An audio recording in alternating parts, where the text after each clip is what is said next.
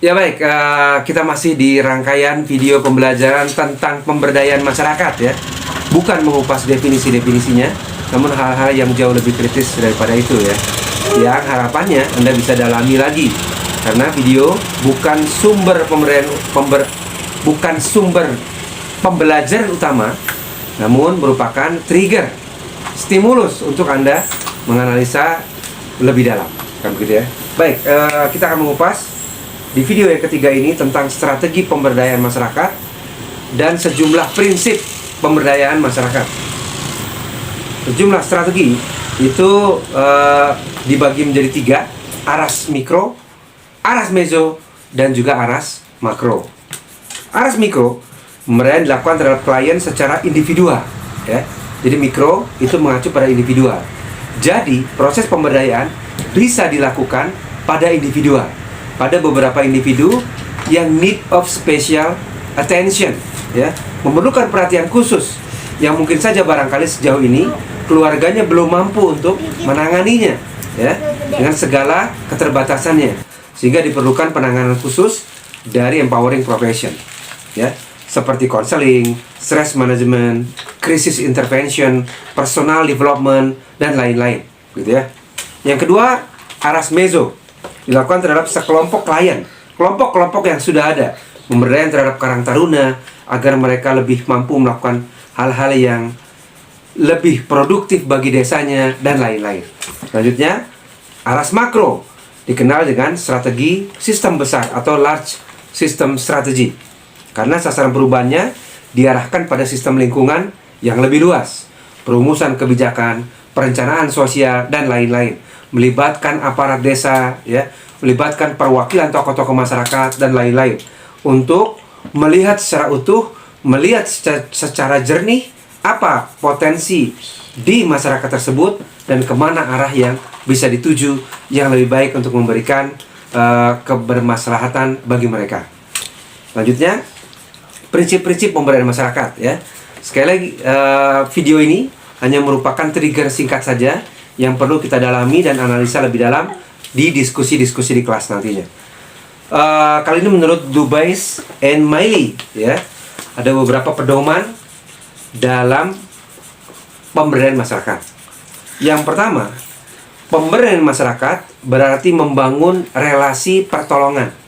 Membangun relasi pertolongan, yaitu ada tujuan untuk memberikan pertolongan kepada masyarakat ya.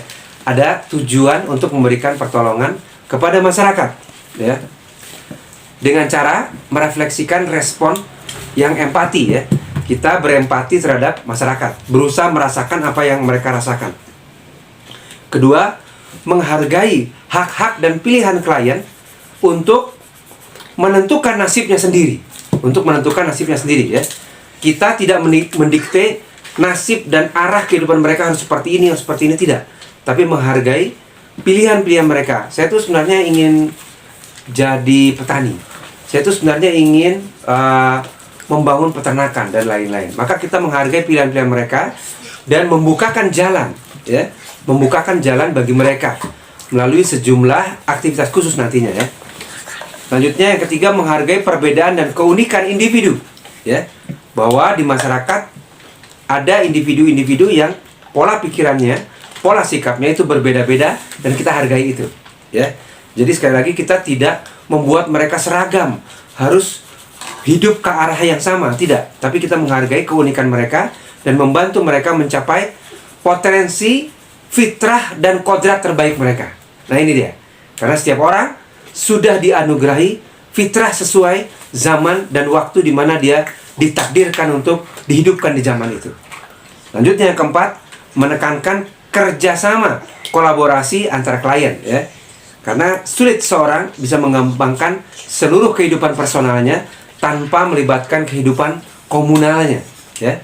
Karena dalam tujuan atau misi hidup manusia, manusia memiliki misi hidup yang personal, juga memiliki misi hidup yang komunal, yang insya Allah nanti kita bahas.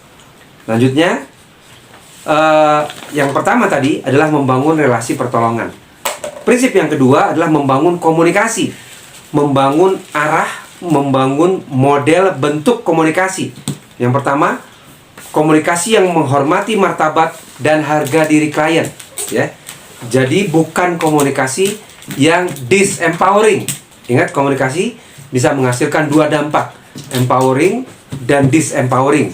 Maka komunikasi yang kita bangun dalam konteks pemberdayaan adalah menghormati martabat dan harga diri klien. Yang kedua, mempertimbangkan keragaman individu, ya. Jadi bentuk-bentuk komunikasi kita juga disesuaikan dengan keragaman individu, ya. Kita harus building rapport yang baik.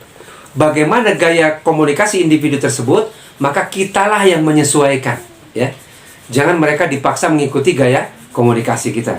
Yang ketiga, berfokus pada klien, apa impiannya, apa visinya, apa harapan hidupnya, dan lain-lain. Jadi bukan berfokus pada apa yang ada di benak kita, menurut kita kehidupan mereka seharusnya gimana, namun berfokus pada klien.